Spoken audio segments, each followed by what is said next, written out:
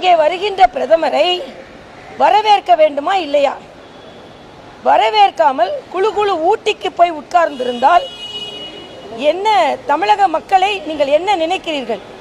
இலங்கையில் தமிழ் மக்களுக்கு ஆதரவு தெரிவித்துவிட்டு வந்திருக்கிறார். இங்கே தமிழ் மக்களுக்காக, தமிழக மக்களுக்காக 8000 கோடி பெருமானம் உள்ள திட்டங்களை சமர்ப்பிக்கிறார் தமிழக மக்களுக்கு. ஆனால் தமிழக முதலமைச்சர் அதை பார்த்து பயந்து கொண்டு, ஏன்னா அவருக்கு பொறுக்கலை, தமிழ்நாட்டுக்கு கொடுக்கலேம்பாரு, ஆனால் கொடுத்தா அவருக்கு பொறுக்கலை, உடனே ஊட்டிக்கு போயிட்டாரு. குழு ஊட்டி இவருக்கு தேவையா? அந்த காலத்தில் இவங்களோட வசனம் ஒன்று கேள்விப்பட்டிருக்கேன், கும்பி எரியுது, குழு ஊட்டி உனக்கு தேவையானலாம் இவங்க சொன்னவங்க இன்னைக்கு சற்றே இழைப்பு ஊட்டிக்கு போயிட்டாரு. எப்போ இழைப்பாரு? மரியாதைக்குரிய பாரத பிரதமர் இங்கே எத்தத்திற்கு வரும்பொழுது இழைப்பாரு உங்களுக்கு தேவையா? ஆக இது ஒரு நடைமுறை. பிரதமர் ஒரு மாநிலத்திற்கு வந்தால் அந்த மாநில முதலமைச்சர் அவரை வரவேற்க வேண்டும் என்பது நடைமுறை, விதிமுறை.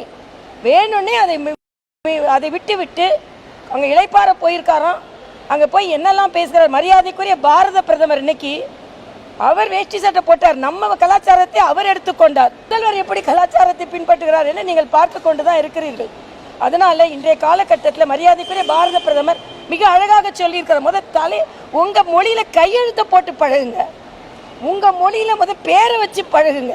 இவர் டக் அவுட் எல்லாம் பேசுகிறார், நாக் அவுட் ஆக போகிறவர் டக் அவுட்டை பற்றி பேசுகிறாராம்.